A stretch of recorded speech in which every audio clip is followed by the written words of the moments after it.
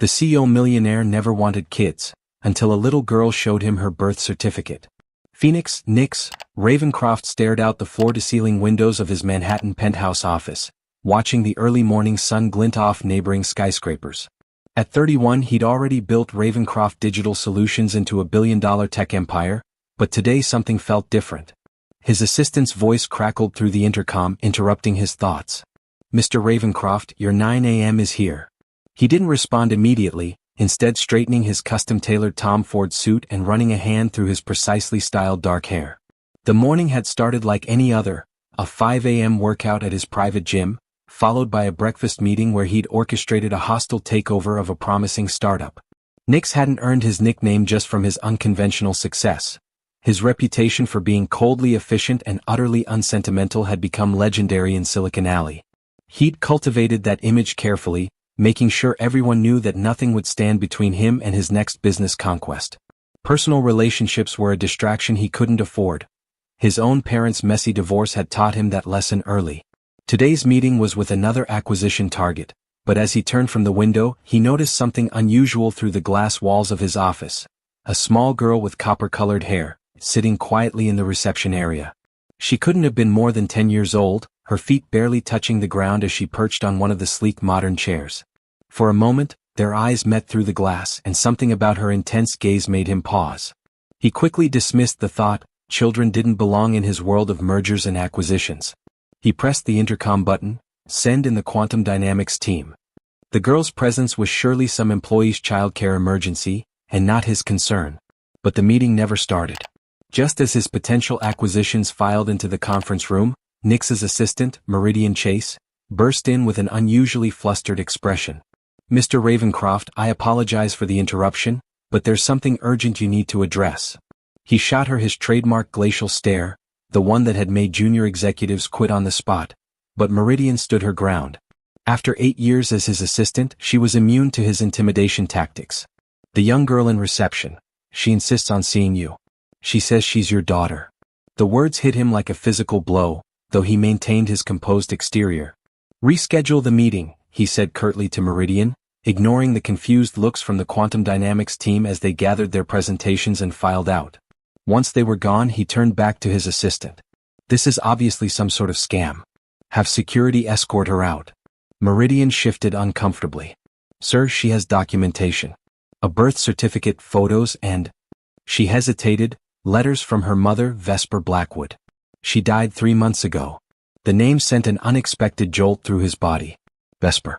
He hadn't thought about her in years, had deliberately pushed away memories of that whirlwind summer in the Hamptons 10 years ago, right before he'd launched his company. The summer he'd walked away from the only woman who'd ever made him question his solitary path. "Her name is Aurora," Meridian continued softly. "Aurora Ravencroft Blackwood. She's 10 years old and she's been in foster care since her mother passed. The social worker is with her now." Nix walked to his window again, his mind racing. 10 years. The timing matched. But Vesper had never told him, had never reached out even once. He tracked her social media occasionally in the early years of his success, had seen her posts about her art gallery in Boston, but there had never been any photos of a child. "Send them in," he said finally, his voice tight with controlled emotion. "And Meridian? Clear my schedule for the rest of the day." As his assistant left, Nix pulled up his browser, fingers flying across the keyboard as he searched for information about Vesper. There it was, the obituary from 3 months ago. Celebrated Boston artist Vesper Blackwood, 39, passed away after a long battle with cancer. She is survived by her daughter, Aurora. His throat felt unexpectedly tight as he clicked through to her gallery's website, now marked with a simple permanently closed notice. The door opened, and Aurora walked in alongside a professionally dressed woman who introduced herself as Ms. Rivera from Child Protective Services. But Nix barely heard her. He was transfixed by the girl standing before him. She had Vesper's copper hair and artistic grace, but the sharp intelligence in her blue eyes was unmistakably his own. She carried herself with a composure that seemed far beyond her years, clutching a worn leather portfolio to her chest. "Hello, Mr. Ravencroft," Aurora said, her voice steady despite the slight tremor in her hands. "Mom told me a lot about you." She pulled a photograph from her portfolio, a much younger version of himself with Vesper on the beach, both laughing at something long forgotten. "She kept this in her studio. She used to say I had your smile, even though you never smiled in any of your business magazines. Nix found himself sinking into his chair, his carefully constructed world tilting on its axis. Ms. Rivera was speaking about legal proceedings, DNA tests, and temporary guardianship arrangements, but he was caught in Aurora's unflinching gaze. She looked so much like her mother, yet there was something else there, a determination, a fierce independence that he recognized from his own reflection. Mom didn't want to tell you, Aurora continued, pulling out more papers from her portfolio. She said you had important dreams to follow. But when she got sick. Her voice cracked slightly, and for the first time, Nick saw the grief she was carrying. She wrote you letters. One every year on my birthday. She never sent them, but she wanted me to have them. To understand. She placed 10 sealed envelopes on his desk, each addressed to him in Vesper's distinctive artistic script. The top envelope was marked differently, to be opened first, in handwriting that had grown shakier. With fingers that didn't feel like his own, Nix opened it. Dear Phoenix, it began, if you're reading this, it means I'm gone, and Aurora has found her way to you. I know this will come as a shock, and you have every right to be angry with me for keeping her existence from you. But please, before you make any decisions, look at our daughter. Really look at her. She has your brilliance, your drive, and yes, even your stubbornness. But she also has a heart that's still open to the world, something I fear you lost somewhere along your path to success. The letter continued, but Nix's vision had blurred. He looked up at Aurora, who was watching him with an expression that mixed hope and fear in equal measure. She'd lost everything, her mother, her home, her sense of security. Yet here she stood, facing down one of the most intimidating CEOs in New York with a courage that humbled him. Ms. Rivera, he said finally, his voice rougher than usual, what do I need to sign? The social worker blinked in surprise at his directness, but Aurora's face broke into a smile, his smile, he realized with a start. As Ms. Rivera pulled out forms and began explaining the temporary custody process, Nix found himself studying his daughter's face, seeing pieces of himself and Vesper woven together in ways he'd never imagined possible. He had no idea how to be a father. The thought of responsible for another human being terrified him more than any hostile takeover ever had. But looking at Aurora, he knew he couldn't walk away, not from those eyes that held so much of her mother's light, and not from the chance to know the daughter whose existence had been hidden from him for a decade. If you're enjoying this video and want more content like this, make sure to hit that subscribe button and turn on the notification bell. That way you won't miss out on any of the amazing stories we have coming up. Your support really helps the channel grow and keeps us bringing you more of what you love. Thank you. The next few days passed in a blur of legal paperwork and hasty arrangements. Nix converted his minimalist guest room into a bedroom for Aurora, letting her pick out furniture from high-end catalogs. But when the delivery arrived, she just sat quietly in the empty room, holding a tattered stuffed fox that had clearly been well loved. Mom made this for me, she explained, catching his questioning look. She made all my toys.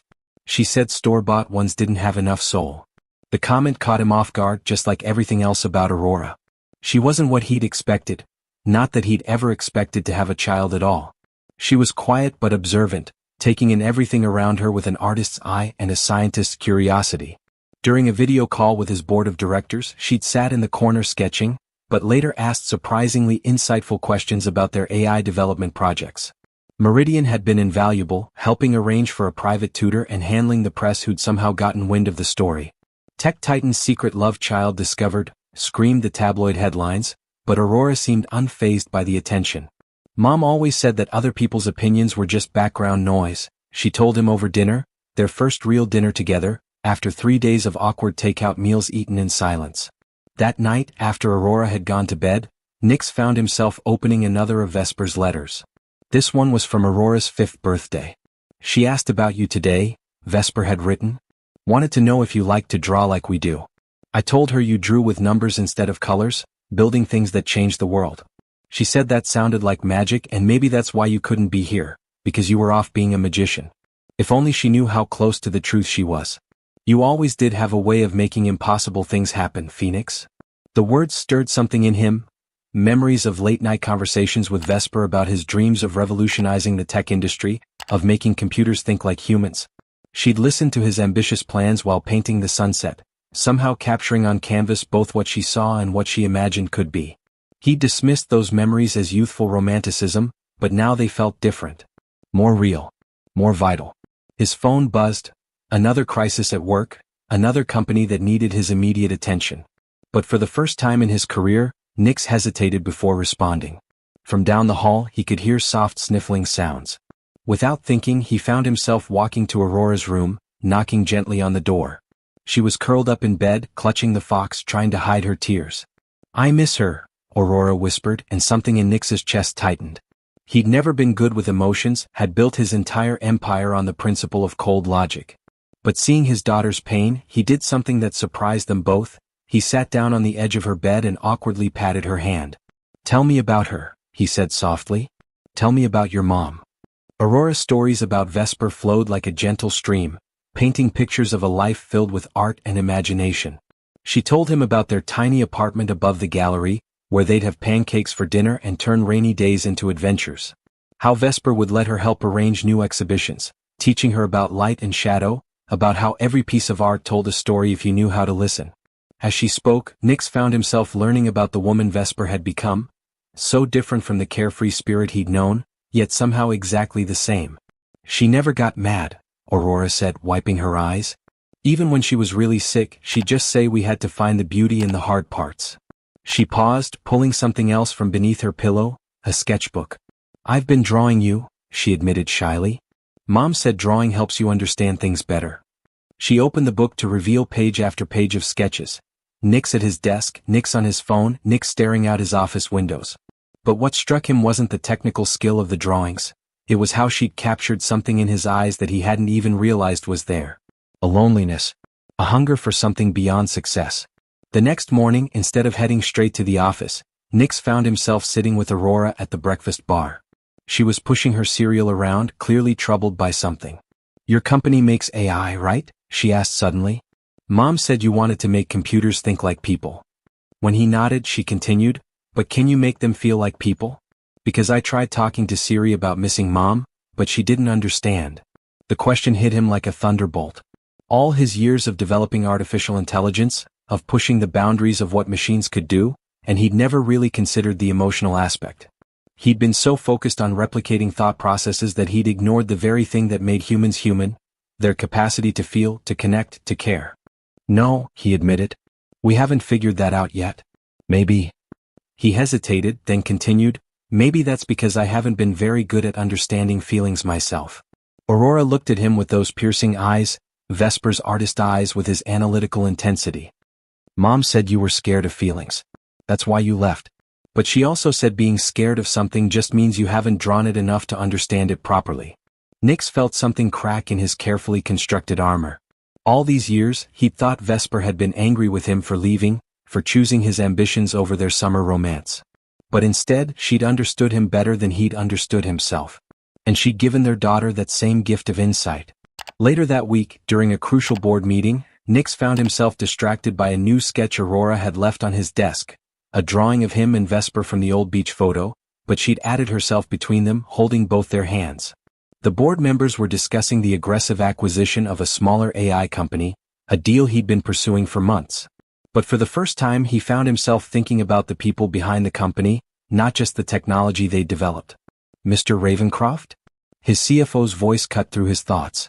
"Should we proceed with the hostile takeover?" Nix looked down at Aurora's drawing again, at the hopeful smile she'd given herself in the picture. "No," he said finally. "Schedule a meeting with their CEO. I want to discuss a collaborative partnership instead." The boardroom erupted in confused murmurs. This wasn't the Phoenix Ravencroft they knew, the ruthless corporate raider who'd earned the nickname the Wraith, for the way he ghosted through companies, taking what he wanted. After the meeting, he found Aurora in his office with her tutor, working on advanced mathematics problems. She'd inherited his gift for numbers along with her mother's artistic talent. "You're good at this," he said, looking over her shoulder at complex equations that would challenge most high school students. "Mom said I got my brain from you and my heart from her," Aurora replied, not looking up from her work. "But she also said hearts and brains work better together." That evening, instead of staying late at the office as usual, Nix took Aurora to the Museum of Modern Art. He'd never appreciated art before, seeing it as a frivolous luxury compared to the concrete reality of technology. But watching Aurora's face light up as she explained the stories behind different paintings, he began to see what he'd been missing. She moved through the galleries like a seasoned curator, sharing bits of knowledge Vesper had taught her. They stopped in front of a particularly vibrant abstract piece. "Mom has one like this in the gallery," Aurora said softly. "Had," she corrected herself, her voice catching. Without thinking, Nix reached down and took her hand. Her small fingers curled around his, and they stood there in silence, sharing the weight of loss and the possibility of something new. On the way home, Aurora fell asleep in the car, her sketchbook open on her lap to a new drawing, this one of her and Nix at the museum. She'd captured the moment perfectly, his slight awkwardness, her animated expressions, but also something else, a tentative bridge forming between their two worlds. Looking at it, Nix realized that in just 1 week, this small artist with her mother's heart and his analytical mind had begun to reshape his carefully ordered universe, adding colors he never knew he was missing. If you're enjoying this video and want more content like this, make sure to hit that subscribe button and turn on the notification bell. That way you won't miss out on any of the amazing stories we have coming up. Your support really helps the channel grow and keeps us bringing you more of what you love. Thank you. The headlines had started to shift. Ravencroft Digital's new direction. Innovation through collaboration. Read the Wall Street Journal. Tech Titans transformation. How a child changed Silicon Alley's most ruthless CEO, declared the New York Times. But not everyone was pleased with the changes. Nix's largest shareholder, Dominic Wolf Thorne, had requested an emergency meeting, concerned about the company's sudden shift in acquisition strategy. Nix was reviewing the latest partnership proposals when Aurora burst into his home office, her face flushed with excitement. "I got it working," she exclaimed, holding up a tablet. She'd spent the past few days tinkering with one of Ravencroft Digital's educational AI programs, determined to make it more understanding. Curious, Nix took the tablet and watched as Aurora demonstrated how she'd modified the program to respond not just to correct or incorrect answers, but to recognize signs of frustration or confusion in the user's voice. "See? Now it knows when someone needs help, not just when they're wrong," she explained proudly. "And look, I made it draw encouraging pictures." The AI responded to a deliberately incorrect answer by creating a simple but charming digital doodle of a smiling sun, along with gentle encouragement to try again. "Mom always said mistakes are just opportunities in disguise," Aurora added, and Nix felt that now familiar tightening in his chest. Their moment was interrupted by Meridian. "Mr. Ravencroft, Mr. Thorne is insisting on moving up the meeting to tomorrow morning. He's not happy about the Anderson Tech partnership announcement." Nix saw Aurora's face fall. They'd planned to visit Vesper's gallery in Boston tomorrow, to start packing up her artwork. The gallery's lease was ending, and Aurora had been both dreading and looking forward to the trip. "Tell him I'm unavailable," Nix started to say, but Aurora shook her head. "It's okay," she said, trying to hide her disappointment. "Mom always said art teaches you patience. We can go next week." But Nix saw her clutching her ever-present sketchbook tighter, her knuckles white with tension. He thought about Vesper's letters, about missed opportunities and choices that couldn't be unmade. "No," he said firmly. "Meridian, tell Mr. Thorne I have a prior commitment that cannot be rescheduled. If he wants to discuss the company's new direction, he can meet me on Monday." Aurora looked up at him in surprise. "But isn't he your biggest investor? Mom used to worry about keeping her biggest gallery clients happy." Nix knelt down to her level, something he'd been doing more often lately. "Some things are more important than money, Aurora. It took me far too long to learn that, but I'm learning now." The Boston gallery was smaller than Nix had imagined, but walking into it felt like stepping into Vesper's mind. Paintings covered the walls, vibrant abstracts, haunting landscapes, and intimate portraits that seemed to watch them as they moved through the space. Aurora moved through the gallery like she was walking through her own home, telling stories about each piece, about the artists her mother had championed, about the nights they'd spent here when Vesper was setting up new exhibitions.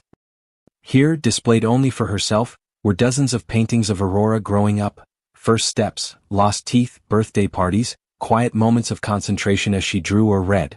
And scattered among them, surprising Nix, were several paintings of him. Not just the young man from the beach photo, but more recent ones, clearly painted from photos in business magazines and newspapers. In each one, Vesper had somehow seen past his carefully constructed corporate image to capture something else. A hint of the dreamer he'd once been. "She never stopped loving you," Aurora said quietly, watching his face as he stared at the paintings. "She said you were like one of her abstract pieces. Most people only saw the surface, but there were layers of colors underneath if you knew where to look." She pulled out her sketchbook, flipping to a new drawing she'd done of him at breakfast that morning, smiling at something on his phone. I can see them too, the colors underneath. The moment was interrupted by a call from Meridian. Sir, I'm sorry, but Mr. Thorne has just called an emergency board meeting for Monday. He's proposing a vote to remove you as CEO. Aurora's eyes widened. She might be young, but she understood enough about business to know what that meant. Because of me? She asked, her voice small. Because you didn't go to his meeting? Nix looked at the paintings surrounding them, at the life Vesper had built here, at the daughter she'd raised with such love and wisdom. Then he looked at his phone, at the empire he'd built, at the power he'd thought was the only thing that mattered. No, he said firmly. Because I'm finally doing what your mother always knew I could do, seeing the whole picture instead of just the bottom line. He knelt down and held Aurora's shoulders gently. Listen to me. For 10 years I've been running a company that helps computers think. But you and your mother, you've helped me remember how to feel. Whatever happens on Monday, that's worth more than any corporate title. Aurora threw her arms around his neck, and for the first time since she'd walked into his office, Nix didn't feel awkward about showing affection. He hugged her back, breathing in the faint scent of crayons and bubblegum that seemed to follow her everywhere. As they packed up the gallery, Aurora made a discovery that changed everything. Hidden behind a filing cabinet was a large canvas covered with a dust cloth.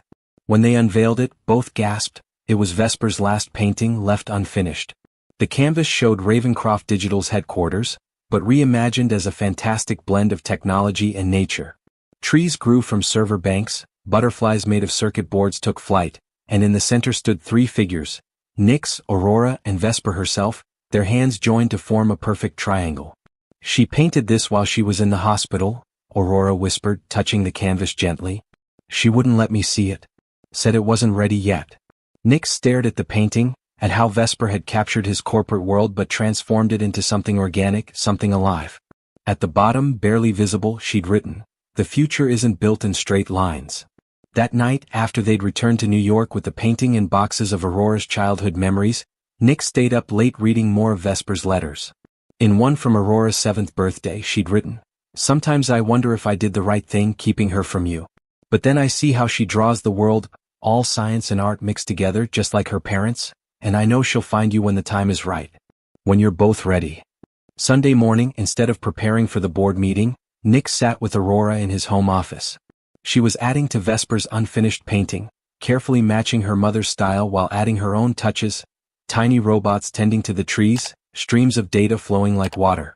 Mom always said art isn't about making things perfect, she explained, mixing colors with confident strokes.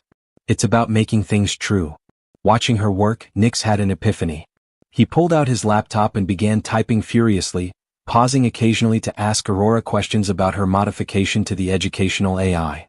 She answered without looking up from her painting, her responses showing an intuitive understanding of both technology and human emotion that he'd been missing all these years. As night fell, Meridian called to review strategies for tomorrow's board meeting. But Nix was already uploading files to the company server, his eyes bright with purpose. "Cancel the meeting prep," he told her. "Instead, I need you to send something to all the board members. And first thing tomorrow morning, I want the Anderson Tech team in my office." He looked at Aurora, who had fallen asleep on the office couch, her face peaceful, a smudge of paint on her cheek. It's time to repaint the future. If you're enjoying this video and want more content like this, make sure to hit that subscribe button and turn on the notification bell. That way you won't miss out on any of the amazing stories we have coming up. Your support really helps the channel grow and keeps us bringing you more of what you love. Thank you. Monday morning arrived with storm clouds gathering over Manhattan, but Nix felt strangely calm. Aurora insisted on coming to the office with him, clutching her sketchbook and wearing a small blazer that matched his suit, Meridian's thoughtful purchase. In the elevator, she slipped her hand into his. "Mom said sometimes you have to break things to make them better," she said. Like when she'd scratched through a painting to add new layers. The boardroom was tense when they entered. Dominic Thorne sat at the far end of the table, his expression thunderous. The other board members shifted uncomfortably, eyeing Aurora with mixture of curiosity and confusion. Before Thorne could speak, Nix pressed a button on his tablet, and the room's massive display screens came to life. "What you're seeing," Nix announced, "is the future of Ravencroft Digital.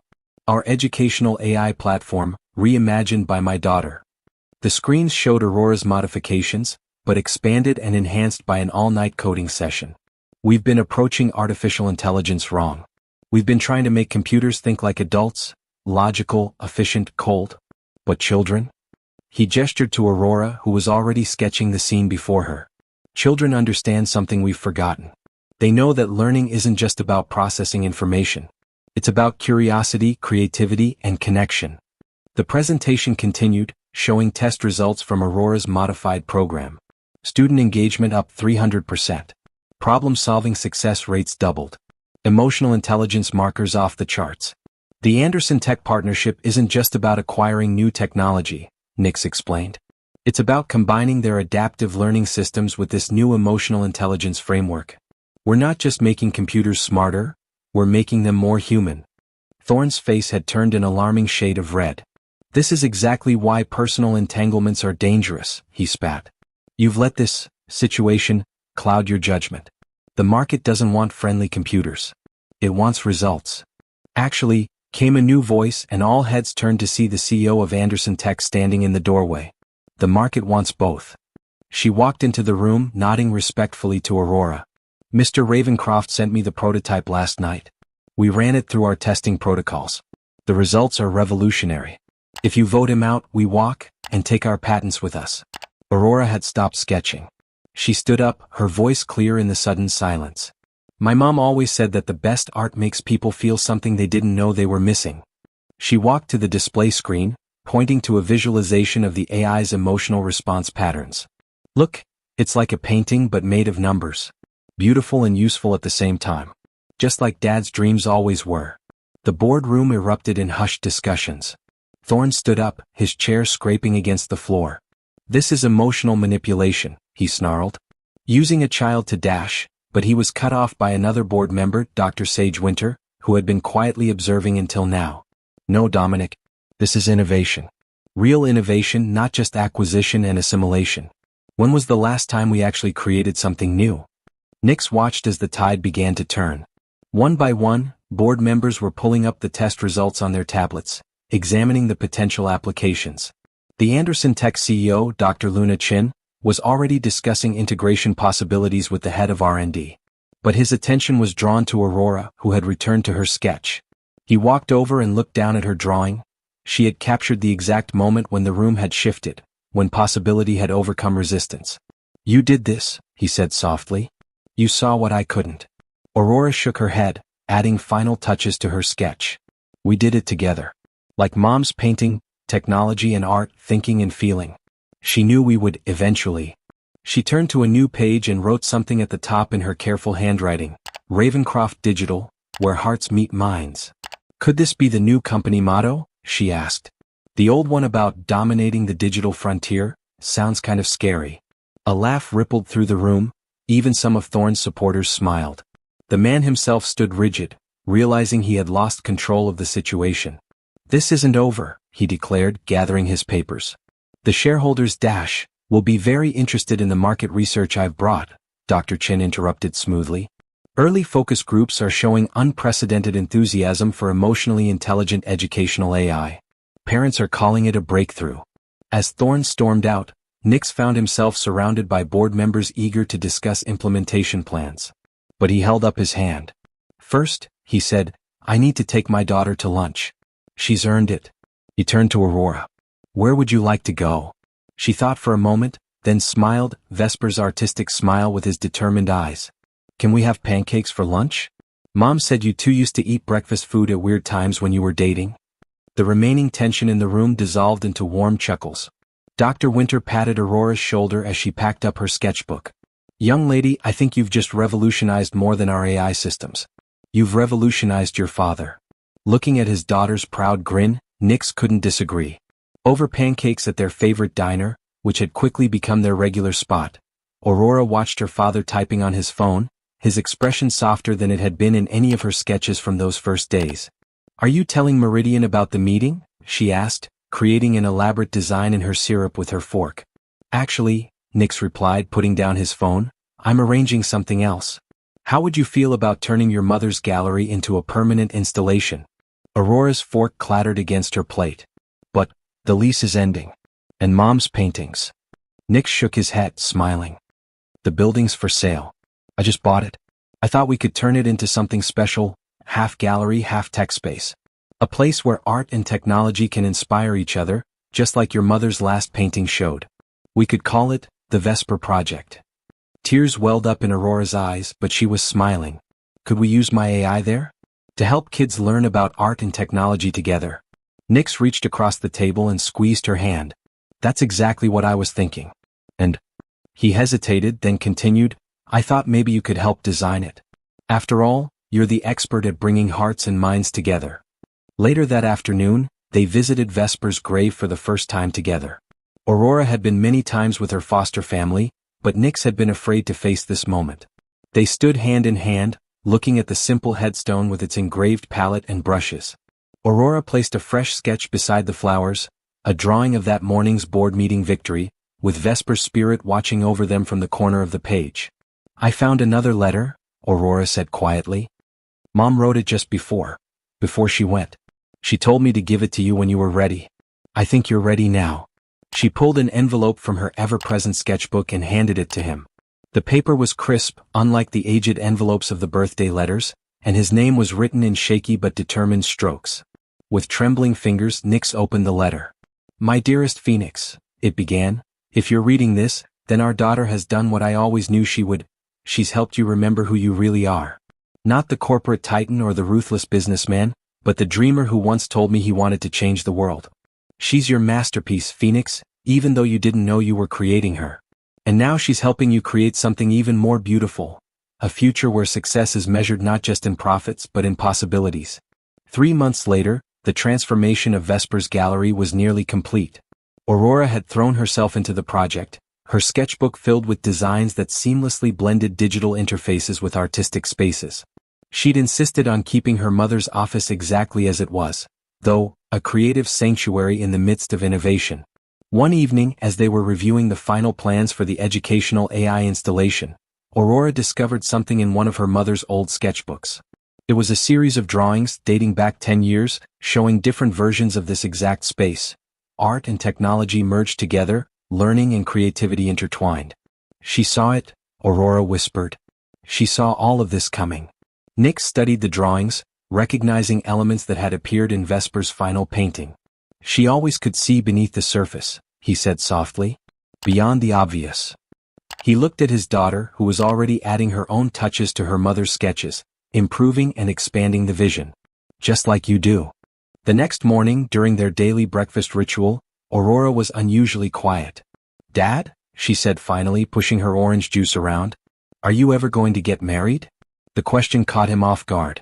I haven't thought about it, he admitted. My work was always enough before. Aurora nodded thoughtfully. Mom never got married either. She said her heart was too full of art and memories. She pulled out her latest sketch, a drawing of Nix at his desk, but this time he wasn't alone or surrounded by technology. He was showing a young boy how to use a tablet while Aurora taught another child about color theory on a digital canvas. I just thought, maybe someday, our family could get bigger? Her voice was hesitant, but her eyes held that familiar determination. Not to replace Mom, but to add more colors to our painting. Nix felt his throat tighten. He'd never considered the possibility of expanding their family, had barely adjusted to having one child in his life. But looking at Aurora's drawing, he saw what she saw. The potential for more love, more growth, more chances to blend the best of both their worlds. First, he said, pulling her into a hug, let's focus on opening the Vesper project. But after that, we can talk about adding more colors. Aurora beamed, already flipping to a new page in her sketchbook. Good, she said decisively, because I have some ideas about that too. Mom always said the best paintings have lots of layers. The opening day of the Vesper project arrived on what would have been Vesper's 40th birthday. The Boston Globe called it a revolutionary fusion of art and technology, while Tech Weekly praised its groundbreaking approach to interactive learning. But neither Nix nor Aurora paid much attention to the press. They were too busy watching children discover the magic of the space they'd created together. In the main gallery, Vesper's paintings hung alongside interactive displays that responded to viewers' emotions, creating digital art based on their reactions. Aurora's modified AI program had evolved into an entire ecosystem of creative learning tools. Children moved freely between traditional art stations and high-tech creation spaces, their imaginations unleashed by the seamless blend of old and new. Dominic Thorne had resigned from the board the week before, but his departure had barely caused a ripple. Ravencroft Digital's stock had soared with the announcement of their new educational division, and Dr. Chen's team had already integrated Aurora's emotional intelligence algorithms into a dozen new applications. The company's new motto, "Where hearts meet minds," appeared everywhere, even on the custom tablets they developed for young artists. Standing in Vesper's preserved office, now a quiet reading room filled with art books and creative technology, Nyx found Aurora adding the finishing touch to the space, a small plaque beside her mother's easel. It read, "Art is the bridge between what is and what could be." Under the quote was Vesper's signature, and below that Aurora had added, "The future isn't built in straight lines." "I found something else," Aurora said, pulling a small box from her mother's desk drawer. Inside was a flash drive labeled simply "For Phoenix and Aurora, when you're ready." They plugged it into one of the gallery's computers and Vesper's face filled the screen, a video message recorded in her final days. She looked tired but radiant, her copper hair tied back, paint smudges on her cheeks. "My dearest loves," she began, "if you're watching this, then everything I hoped for has come true. Phoenix, you've found your heart again. Aurora, you've helped your father see the world in color. Together, you've created something I could only dream about, a place where imagination and innovation dance together, where children can learn to be both smart and sensitive, both logical and loving." She paused, touching the screen as if reaching for them. "I know you probably wonder why I kept you apart for so long. The truth is, you both needed to become who you were meant to be first. Phoenix, you had to build your empire of minds. Aurora, you had to develop your empire of hearts.